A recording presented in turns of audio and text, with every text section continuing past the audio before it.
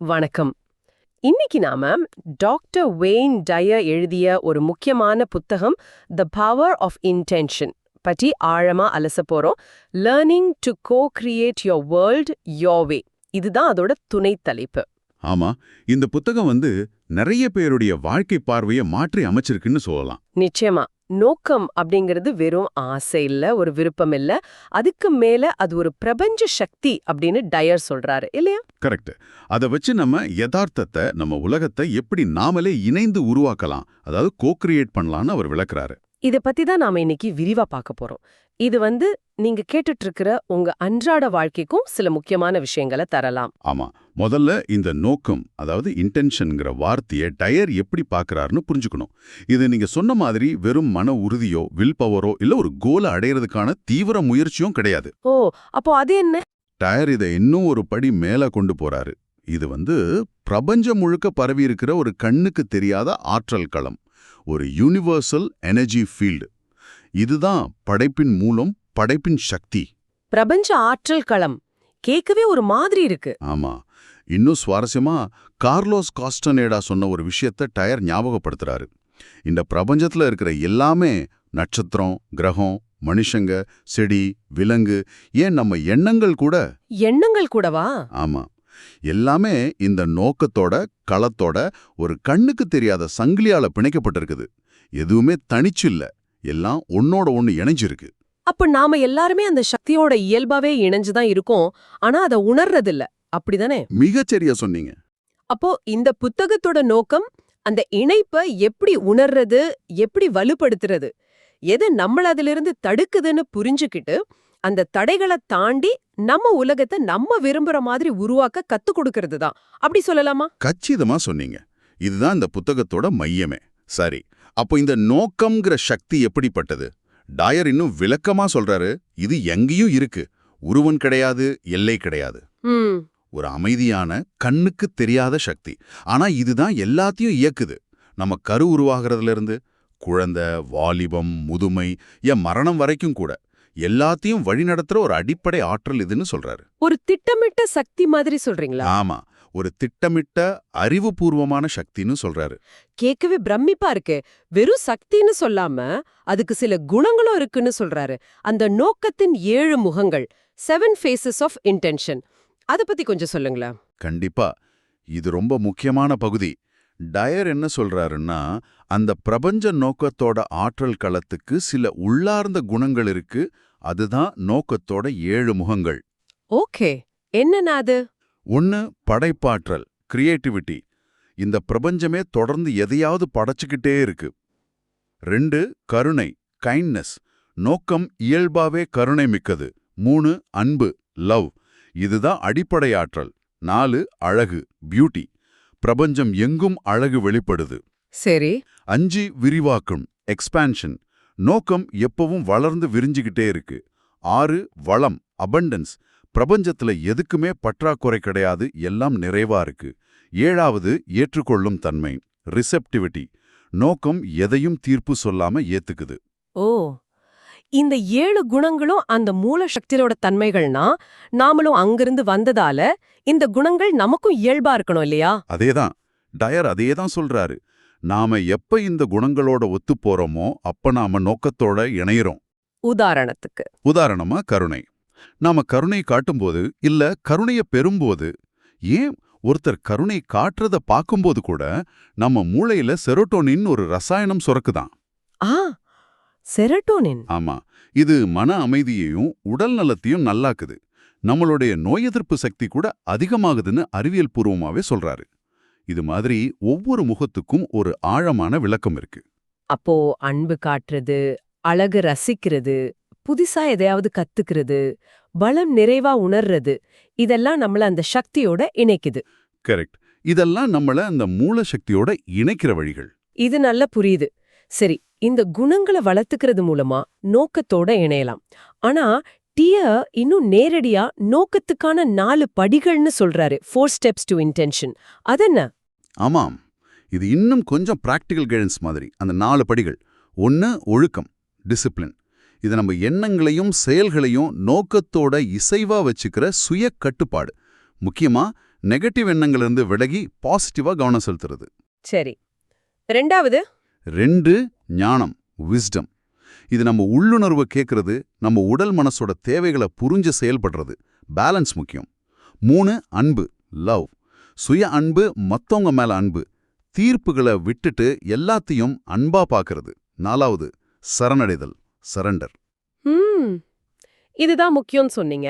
ஆமா, இது ரொம்ப முக்கியம். ஆனா நிறைய பேரை இதை தப்பா புரிஞ்சுக்க வாய்ப்பு இருக்கு. ஆமா, அந்த சரணடைதல்ங்கிற வார்த்தை கொஞ்சம் எப்படி சொல்றது, ஒரு மாதிரி தோல்விய ஒத்துக்கிற மாதிரி இல்லனா சும்மா இருக்கிற மாதிரி தோணலாம். டயர் எப்படி சொல்றாரு? நல்ல கேள்வி. டயர் சரணடைதல்ங்கிறத செயலற்று போறதாவோ இல்ல முயற்சியை கைவிடுறதாவோ சொல்லல.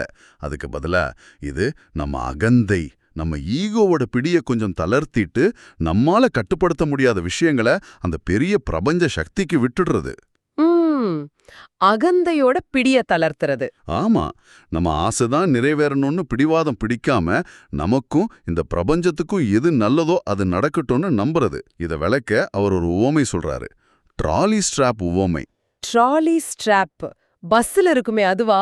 அதேதான். பஸ்லயோ டிராம்லயோ உயரமா இருக்கிற கைப்பிடி மாதிரி நம்மால எட்ட முடியாத அந்த உயர்ந்த சக்தியை புடிச்சுக்கிட்டு அதோட வழிகாட்டுதல்ல போற மாதிரி இதுன்னு சொல்றாரு. இது அகந்தியை விட்டுட்டு ஆன்மாவோட குரலை கேட்கறது. இது ஒரு நம்பிக்கை, பிரபஞ்சம் மேல வைக்கிற ஒரு ஆழமான பற்று. ஓ, புரிகிறது. அகந்தையோட பிடிய தளர்த்துறது தான் சரணடைதல். அப்போ நம்ம நோக்கத்திலிருந்து துண்டிக்கப்படுறதுக்கு முக்கிய காரணம் இந்த அகந்தை தானா? வேற என்ன தடைகள் இருக்கு? நிச்சயமா அகந்தை தான். ஈகோ தான் தடைன்னு டயர் சொல்றாரு. அகந்தை தான் நம்மள அந்த மூலசக்தி கிட்ட இருந்தோம் மத்தவங்க கிட்ட இருந்தும் பிரிஞ்சிருக்கிற மாதிரி உணர வைக்குது. நான், என்னுடையது அப்படிங்கிற எண்ணம் அதிகமாகும் போது நாம அந்த பிரபஞ்ச ஓட்டத்திலிருந்து விலகிடுறோம். சரி. ரெண்டாவதா நம்ம சிந்தனை முறைகள். குறிப்பா நம்ம கிட்ட என்ன இல்ல, என்ன தப்பு, என்ன பற்றாக்குறைன்னு நெகட்டிவா யோசிச்சுக்கிட்டே இருக்கிறது நோக்கத்தோட சக்தியை தடுக்குது. பற்றாக்குறை மனப்பான்மை. ஆமா. 3வதா நம்ம ஆற்றல் நிலைகள், எனர்ஜி லெவல்ஸ். இதை விளக்க டயர் டாக்டர் டேவிட் ஹாக்கின்ஸோட உணர்வு நிலை வரைபடத்தை, மேப் ஆஃப் கான்ஷியஸ்னஸ் பத்தி சொல்றாரு. ஹாக்கின்ஸ் மனுஷ உணர்வுகளை அதோட ஃப்ரீக்வன்சியை வச்சு வரிசைப்படுத்துறாரு. ஓ, அதெப்படி? பயம், கோபம், அவமானம், குற்ற உணர்வு மாதிரி குறைந்த அதிர்வெண் கொண்ட உணர்வுகள் நம்மள பலவீனப்படுத்தி நோக்கத்திலிருந்து தூரமா கொண்டு போகுது. அதே சமயம் அன்பு, மகிழ்ச்சி, அமைதி, கருணை மாதிரி உயர் அதிர்வெண் கொண்ட உணர்வுகள் நம்மள பலப்படுத்தி நோக்கத்தோட இணைக்குது. அப்போ நாம எந்த உணர்வு நிலையில இருக்கோங்கிறது ரொம்ப முக்கியம். ஆமா, ரொம்ப முக்கியம். கடைசியா டயர் சொல்ற இன்னொரு தடை நம்ம சுயமுக்கியத்துவம், செல்ஃப் இம்பார்ட்டன்ஸ். அது என்ன சுயமுக்கியத்துவம்? நம்மள மத்தவங்கள விட பெருசா நினைக்கிறது, எப்பவும் நாம சொல்றதுதான் சரின்னு நிரூபிக்க பாக்குறது, மத்தவங்க சொல்றதால சுலபமா புண்படுறது, இதெல்லாம் அகந்தையோட வெளிப்பாடுதான். இது நம்மள நோக்கத்தோட எளிமை, பணிவிலிருந்து விலக்கிடுது. வில்லியம் பிளேக் சொன்ன மாதிரி நிறைய பேர்கிட்ட ஒரு உறுதியான நம்பிக்கை, ஃபர்ம் பர்சுவேஷன் இல்ல. அதாவது தங்களால முடியும்னு ஒரு ஆழமான நம்பிக்கை இல்லாம இருக்கிறதும் ஒரு தடை தான். ஓ, இவ்வளவு தடைகள் இருக்குதா?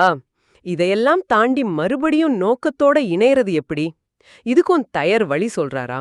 ஓ, நிச்சயமா சொல்றாரு. தடைகளை சொல்றதோட நிக்காம அதை தாண்டி வர்றதுக்கான பிராக்டிக்கல் வழிகளையும் தெளிவா சொல்றாரு. முதல் வழி ரொம்ப முக்கியமானது, நம்ம எண்ணங்களை மாத்துறது. எண்ணங்களை மாத்துறது? ஆமா, என்ன இல்லைன்னு யோசிக்கிறத நிறுத்திட்டு நாம எதை விரும்புறோம், எதை உருவாக்க நினைக்கிறோமோ அது மேல கவனத்தை திருப்பணும். அது ஏற்கனவே இருக்கிற மாதிரி உணரணும். இது வள மனப்பான்மை, அபண்டன்ஸ் மைண்ட் செட் வளர்க்கிறது. சரி. ரெண்டாவது நம்ம ஆற்றல் நிலைகளை உயர்த்துறது. இதை எப்படி செய்யறது? நல்ல எண்ணங்களை வளர்க்கறது, தியானம் பண்றது, இயற்கையோட நேரம் செலவு பண்றது, நல்ல இசை கேட்கறது, பாசிட்டிவான உயர்ந்த ஆற்றல் கொண்ட மனுஷங்களோட பழகுறது, இதெல்லாம் உதவும். நம்மள சுத்தி இருக்கிற சூழல் நம்ம ஆற்றலை ரொம்ப பாதிக்குதுன்னு சொல்றாரு. மூணாவது அகந்தையோட பிடியிலிருந்து விடுபட சில குறிப்பிட்ட படிகள் சொல்றாரு. ஓ, அந்த படிகள் என்ன? சில உதாரணம் சொல்லுங்களேன். டயர் அகந்தையின் பிடியிலிருந்து விடுபட 7 படிகள்னு சொல்றாரு. அதுல சில முக்கியமானது. 1, புண்படுவதை நிறுத்துதல், ஸ்டாப் பீயிங் அஃபெண்டட். மத்தவங்க செய்யறதாலேயோ சொல்றதாலேயோ புண்படுறது நம்ம அகந்தையோட வேலை. அதை தாண்டி போக பழகணும். சரி, வேற? 2, ஜெயிக்கணுங்கிற எண்ணத்தை கைவிடுதல். Let go of your need to win. எப்பவும் ஜெயிக்கணும், மத்தவங்கள விட மேல இருக்கணுங்கிற எண்ணம் அகந்தை தான். 3 சரின்னு நிரூபிக்க வேண்டிய தேவைய விடுதல். Let go of your need to be right. விவாதத்துல நான் தான் சரின்னு நிரூபிக்கிறத விட அமைதியா இருக்கிறது நல்லதுங்கிறாரு. 4 மத்தவங்கள விட உயர்ந்தவங்கிற எண்ணத்தை விடுதல். Let go of your need to be superior. எல்லாரும் அந்த மூல சக்தியோட குழந்தைகள் தாங்கிறத உணரும்போது உயர்வு தாழ்வு போயிடும். இந்த மாதிரி இன்னும் சில படிகள் இருக்கு. இது ஒவ்வொன்றும் நம்மள அகந்தியோட கட்டுப்பாட்டிலேருந்து விடுவிச்சு நோக்கத்தோட எளிமைக்கு கூட்டிட்டு போகும். அருமை. இந்த அடிப்படைகள், தடைகள், அதை நீக்கிற வழிகள் இதெல்லாம் நோக்கத்தோட இணையறதுக்கு ஒரு ஃபவுண்டேஷன் மாதிரி இருக்கு. இப்போ இந்த புரிதலோட நம்ம அன்றாட வாழ்க்கையில சில குறிப்பிட்ட இலக்குகளை அடைய இல்ல சில நிலைகளை எட்ட நோக்கத்தை எப்படி பயன்படுத்துறது? புத்தகத்தோட 2வது பகுதி இத பத்தி தானே பேசுது. ஆமா, புத்தகத்தோட 2வது பகுதி முழுக்க முழுக்க பிராக்டிக்கல் அப்ளிகேஷன் பத்தி தான். இட் இஸ் மை இன்டென்ஷன் டுன்னு ஆரம்பிக்கிற நிறைய அத்தியாயங்கள் இதில் இருக்கு. ஒவ்வொரு அத்தியாயமும் ஒரு குறிப்பிட்ட நோக்கத்தை எப்படி அடையிறதுன்னு விளக்குது. நாம சில முக்கிய உதாரணங்களை பார்க்கலாமே. முதலாவது, என்னை எல்லா நேரங்களிலும் மதிக்க வேண்டும் என்பது என் நோக்கம். It is my intention to respect my self at all times. சுயமரியாதை, செல்ஃப் ரெஸ்பெக்ட், இது எப்படி நோக்கத்தோட இணையுது? டயர் சொல்றாரு, சுயமரியாதைங்கிறது நமக்குள்ள இருக்கிற அந்த தெய்வீகமான மூலசக்தியோட அம்சத்தை மதிக்கிறது. நம்மள நாமே மதிக்காத போது நம்ம அந்த மூலசக்தியை அவமதிக்கிறோம். இது நோக்கத்தோட ஓட்டத்தை தடுக்குது. ஓ, அவர் சுவாரஸ்யமான வேறுபாடு காட்டுறார். நாம அகந்திக்கு அடிமையா இருக்குமா, இல்ல நமக்குள்ள இருக்கிற இறைத்தன்மைக்கு இடமளிப்பவரா? Host to the spirit. நம்மள நாமே மதிக்கும்போது நாம இறைத்தன்மைக்கு இடமளிப்பவரா மாறுறோம். இது நோக்கத்தோட நம்மளை இணைக்குது. நம்ம உடல், மனம், ஆன்மாவை மதிக்க கத்துக்கிறது, இல்லைன்னு சொல்ல வேண்டிய இடத்துல சொல்றது, நம்ம தேவைகளுக்கு முக்கியத்துவம் கொடுக்கறது, இதெல்லாம் இதுல அடங்கும். சுயமரியாதை இல்லாம மத்த நோக்கங்களை அடையிறது கஷ்டம். இது ரொம்ப முக்கியமான பாயிண்ட். அடுத்த உதாரணம், என் வாழ்க்கையை ஒரு நோக்கத்துடன் வாழ வேண்டும் என்பதே என் நோக்கம். It is my intention to live my life on purpose. இது இன்னைக்கு நிறைய பேர் தேடுற ஒரு விஷயம். வேலையில திருப்தி இல்ல, வாழ்க்கைக்கு அர்த்தம் புரியலன்னு நிறைய பேர் குழம்புறாங்க. இதுக்கு தேர என்ன சொல்றாரு? இது பலரையும் தொடர கேள்விதான். டயரோட பதில் ரொம்ப ஆழமானது. அவர் சொல்றாரு, வாழ்க்கையோட நோக்கங்கிறது ஒரு குறிப்பிட்ட வேலை, பதவி இல்ல சமூக அந்தஸ்து கிடையாது. உண்மையான நோக்கங்கிறது மத்தவங்களுக்கு சேவை செய்யறதுலயும் இந்த உலகத்துக்கு நம்மால முடிஞ்ச பங்களிப்பு செய்யறதுலயும் இருக்கு. சேவை செய்யறது இல்லையா? ஆமா, நாம எப்ப நம்ம திறமைகளையும் ஆற்றலையும் மத்தவங்க நலனுக்காக பயன்படுத்துறோமோ அப்ப நாம நம்ம நோக்கத்தோட வாழ்றோம். உங்க வாழ்க்கையை மத்தவங்களுக்கு கொடுக்கறது மூலமா நோக்கத்தை உணர முடியும்னு சொல்றாரு. இதுக்கு ஏதாவது உதாரணம் சொல்றாரு. அவரோட மகள் ஸ்கை டயர் இருக்காங்கல்ல, அவங்களோட இசை பயணத்தை உதாரணமா சொல்றாரு. ஸ்கை ஆரம்பத்துல தன் இசைக்காக அங்கீகாரம் தேடினாங்க. ஆனா எப்ப அவங்க தன் இசை மூலமா மத்தவங்களுக்கு எப்படி உதவ முடியும், அவங்க வாழ்க்கையில எப்படி ஒரு பாசிட்டிவ் தாக்கத்தை ஏற்படுத்த முடியும்னு யோசிச்சு செயல்பட ஆரம்பிச்சாங்களோ, அப்போ அவங்க இசை பயணம் மட்டும் இல்ல, வாழ்க்கையே ஒரு புது அர்த்தத்தை பெத்தது. இதுதான் நோக்கத்தோட வாழ்றது. அடுத்து 3வது ரொம்ப முக்கியமான உதாரணம், வெற்றிகரமாக உணர்ந்து என் வாழ்க்கையில் வளத்தை ஈர்க்க வேண்டும் என்பதே என் நோக்கம். It is my intention to feel successful and attract abundance into my life. வெற்றி, வளம், இதை யாருதான் விரும்ப மாட்டாங்க. ஆனா இதை அடையறதுக்கான டயரோட பார்வை கொஞ்சம் வித்தியாசமானது. ஆமா, இது எப்படி வேலை செய்யுது? வெறும் பாசிட்டிவ் திங்கிங் மட்டும்தானா? இல்ல, அது பாசிட்டிவ் திங்கிங்கை விட ஆழமானது. டயரிங் ஒரு முக்கியமான மந்திரம் சொல்றாரு. நீங்க பார்க்கிற விதத்தை மாத்துனா நீங்க பார்க்கிற விஷயங்கள் மாறும். When you change the way you look at things, the things you look at change. ஓ, பார்வை மாறினா காட்சியும் மாறுமா? அதேதான். பிரபஞ்ச மூலங்கிறது எப்பவும் கொடுத்துக்கிட்டே இருக்கு. அது எல்லையற்ற வளம் நிறைஞ்சது. ஆனா நாம பற்றாக்குறை, ஸ்கேர்சிட்டி மனநிலையிலிருந்து செயல்படுறோம். என்கிட்ட போதுமான பணம் இல்ல, நல்ல வாய்ப்பு இல்ல, நேரம் இல்ல, இப்படின்னு இல்லைங்கிறதுலே கவனத்தை வைக்கிறோம். இந்த பற்றாக்குறை மனப்பான்மை தான் வளத்தை நம்ம கிட்ட வராம தடுக்குது. சரி, அப்போ என்ன பண்ணணும்? டயர் சொல்றாரு, முதல்ல நீங்க வளமா இருக்கிறதா உணரணும். அந்த உணர்வு நிலைக்கு மாறணும். அனுமதிக்கும் கலை பத்தி பேசுறாரு, ஆர்ட் ஆஃப் அலோயிங். வளம் நம்ம கிட்ட இயல்பா பாஞ்சு வர நாம அனுமதிக்கணும். அதுக்கு தடையா இருக்கிற நம்ம நெகட்டிவ் எண்ணங்கள், பயங்கள், சந்தேகங்கள் நிற எதிர்ப்ப, ரெசிஸ்டன்ஸ் அகற்றணும். நீங்க ஏற்கனவே வளமா இருக்கிற மாதிரி சிந்திச்சு உணர்ந்து செயல்பட ஆரம்பிச்சா வளம் உங்களை தேடி வரும்னு சொல்றாரு. இது கொஞ்சம் சவாலா தோணினாலும் இதுக்கு பின்னால இருக்கிற லாஜிக் புரியுது. உணர்வு நிலைய மாத்துறது தான் முக்கியம். இது மாதிரி உறவுகளை மேம்படுத்துறது, மன அழுத்தத்தை குறைக்கிறது, நல்ல மனுஷங்களை ஈர்க்கிறது, நம்ம குணப்படுத்தும் ஆற்றலை அதிகமாக்குறது, நமக்குள்ள இருக்கிற மேதைமை, ஜீனியஸை மதிக்கிறதுன்னு பல நோக்கங்களை இந்த புத்தகம் அலசுது இல்லையா? ஆமா, நிறைய நோக்கங்கள் இருக்கு. இது எல்லாத்துக்கும் அடிப்படை ஒண்ணுதான் போல தெரியுதே. மிக சரியா புரிஞ்சுக்கிட்டீங்க. எல்லா நோக்கங்களுக்கும் அடிப்படை ஒண்ணுதான். நம்ம எண்ணங்கள், உணர்வுகள், செயல்களை அந்த பிரபஞ்ச நோக்கத்தோட 7 முகங்களோட, அதாவது படைப்பாற்றல், கருணை, அன்பு, அழகு, விரிவாக்கம், வளம், ஏற்றுக்கொள்ளும் தன்மை, இவைகளோட இசைவிக்கிறது. இணக்கமா இருக்கிறது. ஆமா, நாம அந்த மூல சக்தி மாதிரி சிந்திக்கவும், உணரவும், செயல்படவும் ஆரம்பிக்கும்போது அதோட அளவற்ற சக்தி நமக்குள்ள பாஞ்சு நாம விரும்புற யதார்த்தத்தை உருவாக்க உதவுது. நாம அகந்தையோட கட்டுப்பாட்டுல இருந்து விடுபட்டு ஆன்மாவோட வழிகாட்டுதல்ல வாழ ஆரம்பிக்கிறோம். அப்படியானா இப்படி நோக்கத்தோட முழுமையா இணைஞ்ச ஒரு நபர் எப்படி இருப்பாரு? அவரோட வாழ்க்கை எப்படி இருக்கும்? புத்தகத்தோட கடைசி பகுதி இத பத்தி சொல்லுதுன்னு நினைக்கிறேன். ஆமா, கடைசி பகுதி ஒரு அழகான சித்திரத்தை வரைஞ்சு காட்டுது. நோக்கத்தோட களத்தோட இணைஞ்ச ஒருத்தர் எப்படி இருப்பாரு? அவர் வாழ்க்கையில ரொம்ப போராட மாட்டாரு. வெற்றிகள் அவரை தேடி வரும். ஏன்னா அவர் பிரபஞ்ச ஓட்டத்தோட இசைஞ்சிருப்பாரு. எஃபோர்ட்லெஸ் சக்சஸ் மாதிரி. ஆமா, அவர் எப்பவும் நன்றி உணர்வோட இருப்பாரு. தன்னிடம் இருக்கிறதுக்கு மட்டும் இல்ல, எல்லாத்துக்குமே. அவர் வாழ்க்கையில நடக்கிற ஒத்திசேவுகளை, சிங்க்ரோனிசிட்டி, அதாவது அர்த்தமுள்ள தற்செயல் நிகழ்வுகளை கவனிப்பாரு. அத பிரபஞ்சத்தோட வழிகாட்டுதலா பாப்பாரு. சிங்க்ரோனிசிட்டி. ஆமா, அவரு தாராள மனசோட இருப்பாரு. பணத்தை மட்டும் இல்ல, நேரம், அன்பு, கருணை எல்லாத்தையும் கொடுப்பாரு. ஏன்னா பிரபஞ்சம் வளம் நிறைஞ்சதுன்னு அவர் உணர்ந்திருப்பாரு. சூழ்நிலைகள் எப்படி இருந்தாலும் அவரால உள்நிலையில நல்லா உணர முடியும். உள்ளுக்குள்ள அமைதியா இருப்பாங்க. ஆமா, அவர் மிகுந்த பணிவோட இருப்பாரு. அகந்தையோட ஆதிக்கம் குறைஞ்சிருக்கும். அவர் எங்க பார்த்தாலும் எல்லாத்துலயும் அழக காம்பாரு. ரொம்ப முக்கியமா அவர் ஒரு நோக்கத்தோட வாழ்வாரு. அது பெரும்பாலும் மத்தவங்களுக்கு சேவை செய்யறதாவே இருக்கும். கேட்கும் போதே ஒரு அமைதியும் ஒரு உத்வேகமும் கிடைக்குது. இது ஒரு இலக்க அடையறத தாண்டி ஒரு வாழ்க்கை முறையா மாறுற மாதிரி இருக்கு. அந்த பிரபஞ்ச ஆற்றலோட ஒரு மாதிரி நடனம் ஆடுற மாதிரி, ஒரு ஃப்ளோல இருக்கிற மாதிரி தெரியுது. ஆமா, ஒரு ஓட்ட நிலை. இந்த புத்தகம் இந்த உரையாடலை கேட்டுட்டு இருக்கிற உங்களை அந்த நிலைய நோக்கி மெதுவா ஆனா உறுதியா வழி நடத்த முயற்சி பண்ணதுன்னு தெளிவா புரியுது. அதுதான் டயரோட நோக்கமும் கூட. இது வெறும் தத்துவ புத்தகம் இல்ல, ஒரு நடைமுறை வழிகாட்டி. அப்போ இந்த புத்தகத்திலிருந்து நாம எடுத்துக்க வேண்டிய மையச் செய்தி என்ன? இவ்ளோ பேசுனதுல ரொம்ப முக்கியமான ஒண்ணுன்னு எதை சொல்வீங்க? மையச் செய்தி இதுதான். நாம யாரும் தனியான ஆட்கள் இல்ல.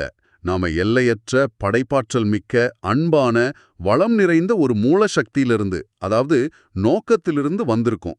அதோட நாம ஒவ்வொரு கணமும் இணைஞ்சுதான் இருக்கோம். நாம எப்பவுமே கனெக்டடா இருக்கோம். ஆமா, இந்த உண்மையை நாம ஆழமா உணர்ந்து நம்ம எண்ணங்கள், உணர்வுகள், செயல்களை அந்த மூலத்தோட குணங்களோட இசைவிக்கும் போது அகந்தை உருவாக்குற தடைகளை தாண்டி நம்ம யதார்த்தத்தை இணைந்து உருவாக்குற சக்தியை நாம பெறுறோம். நாம வெறும் பார்வையாளர்கள் இல்ல, இந்த வாழ்க்கையோட இணை படைப்பாளர்கள், கோ-கிரியேட்டர்ஸ். இதுல எனக்கும் உங்களுக்கும் இந்த உரையாடலை கேட்டுட்டு இருக்கிற ஒவ்வொருத்தருக்கும் ஒரு முக்கியமான நடைமுறை டேக்கவே என்னன்னா, நம்ம கவனத்தை மாத்துறதுதான். ஆமா, கவனம்தான் முக்கியம். நம்ம கிட்ட என்ன இல்ல, என்ன தப்பு, என்ன பிரச்சனைன்னு யோசிக்கிறத விட்டுட்டு, நாம எதை உருவாக்க விரும்புறோமோ, எப்படிப்பட்ட வாழ்க்கைய வாழ விரும்புறோமோ, அது மேல முழு கவனத்தையும் செலுத்தி, அது ஏற்கனவே நம்ம கிட்ட இருக்கிற மாதிரி, நம்ம அப்படிதான் வாழ்ந்துட்டு இருக்கிற மாதிரி உணரணும். அந்த உணர்வு நிலை. ஆமா, அந்த உணர்வு நிலைக்கு மாறுறதுதான் நோக்கத்தோட சக்தியை செயல்படுத்துறதுக்கான திறவுகோல். மிக சரியா சொல்லிங்க. இறுதியா உங்களை சிந்திக்க தோன்ற ஒரு கேள்வியோட இந்த உரையாடலை முடிக்கலாம்னு நினைக்கிறேன். இது புத்தகத்தோட கடைசி பகுதியில வர்ற முடிவிலி, இன்ஃபினிட்டிங்கிற கருத்தோட தொடர்புடையது. சரி, கேளுங்க. டயர் நம்மள அடிக்கடி ஞாபகப்படுத்துறாரு. நாம ஆன்மீக அனுபவத்தை பெறும் மனிதர்கள் அல்ல, மாறாக மனித அனுபவத்தை பெறும் எல்லையற்ற ஆன்மீக உயிர்கள். We are not human beings having a spiritual experience. We are spiritual beings having a human experience. ஆமா, இது ஒரு சக்தி வாய்ந்த வரி. இந்த ஒரு பார்வைய நாம அடிப்படையில எல்லையற்ற காலமற்ற ஆன்மாக்கள்ன்ற பார்வைய நீங்க உண்மையா உள்வாங்கிக்கிட்டா, உங்க அன்றாட வாழ்க்கையோட சவால்களையும் விருப்பங்களையும் பயங்களையும் உறவுகளையும் நீங்க அணுகிற முறையில என்ன அடிப்படை மாற்றம் ஏற்படலாம், இத கொஞ்சம் ஆழமா சிந்திச்சு பாருங்க. டாக்டர் வெயின் டயரோட தி பவர் ஆஃப் இன்டென்ஷன் பத்தின இந்த விரிவான அலசல்ல எங்களோட இணைந்திருந்ததற்கு மிக்க நன்றி. இந்த உரையாடல் உங்க சிந்தனைய தூண்டி உங்க வாழ்க்கையில நோக்கத்தோட சக்திய பயன்படுத்த ஒரு உத்வேகத்தை கொடுத்திருக்கும்னு நம்புறோம்.